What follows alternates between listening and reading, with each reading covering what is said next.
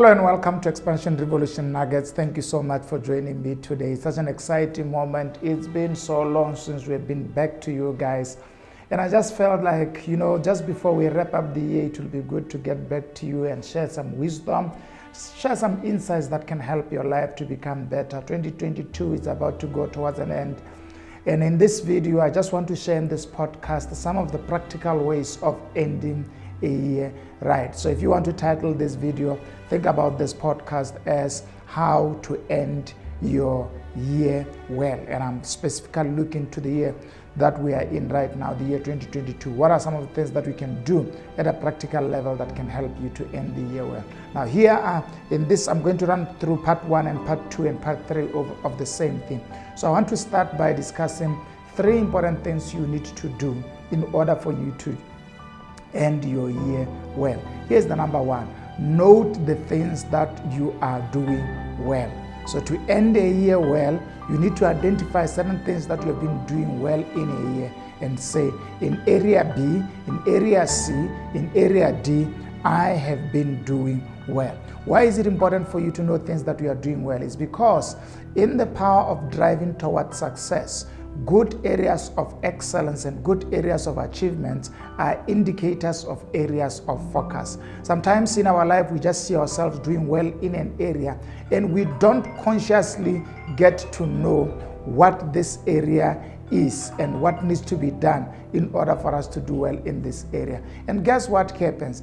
Then what happens is eventually we find ourselves haphazard in terms of our focus. When you know areas that are bringing results in your life, you can focus on them, you can prioritize them, you can even know them by name so that from there you use them as patterns of success for your next a year that is coming. So please don't just become successful, don't just fail, don't just have things happen to you. Know things that are working in your life. Not only that, know areas where you are doing well, because those are the areas that will become a motivation to you to do things well. So identify what you are doing well. It is important because things that we do well can accelerate us, can give us speed to drive towards our destiny and towards what God wants to do in our life. So I'm challenging all of us. 2022 is coming to an end. What is it that you have done well in the year 2022? Can you note down 5 things you have done well that if repeat is allowed, you want to redo in 2023 that will give you the highest level of results? I think that's a key question. Write down 5 important things that you have done well in 2022 that you want to improve in 2023 so that you can achieve the highest score of your life. Number 2, identify things that you have done wrong. I think one of the highest level of responsibility of developing yourself, becoming a mature believer, becoming a mature professional, is learning how to take account of things that are going wrong. Things that are going wrong are an indicator to us of what we need to change and what we need to improve. And sometimes in the progression of our lives, we need to be able to identify what went wrong. So you need to ask yourself a question. What are 5 things that I did wrong this year, 2022, that I need to improve? And if I can improve, I can have a much more better 2023 experience. All of us are human and we do make mistakes. We do lose our focus. We do fail to prioritize things well. But we need to be aware of things that have slowed us down and that have limited our ability to go forward if we are to do well. So I'm challenging all of us, find out things that you have not been doing well. One of the things that I acknowledge as a person I have been doing wrong, it's my management of time. And I've shared it with the congregation that I think, I have been wasting my life. I've said you can't waste time. You can't even misuse time. So I've been misusing my life and wasting my life by not using a lot of my talents and a lot of my time to get a lot of things done. Right now, I'm trying to improve on that. I'm on work on that to try to ensure that in 2023, I need to do a lot because I have multiple talents that I can explore. So in your world, what is it that you think you have done wrong, that you can work on, that you can improve, that can help you to go far? And number 3, I want you to look at what you can still go back to and improve. We are right now in November. The year has not yet come to an end.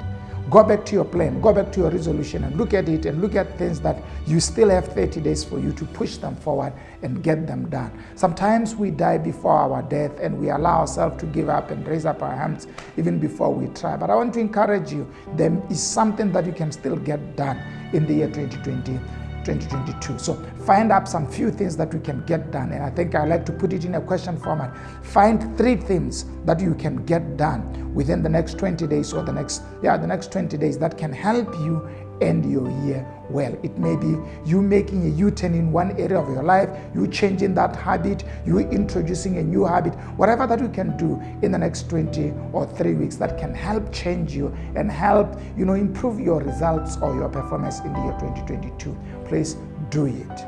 We become successful by becoming conscious of what we need what needs to be done.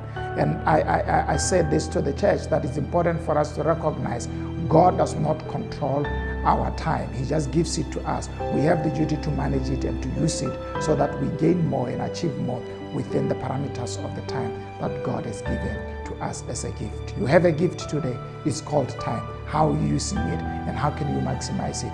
Those tips are very important. So I've discussed 3. I'll be coming back to share with you part 2 and part 3 of how to end a year. Thank you for joining me. Please share.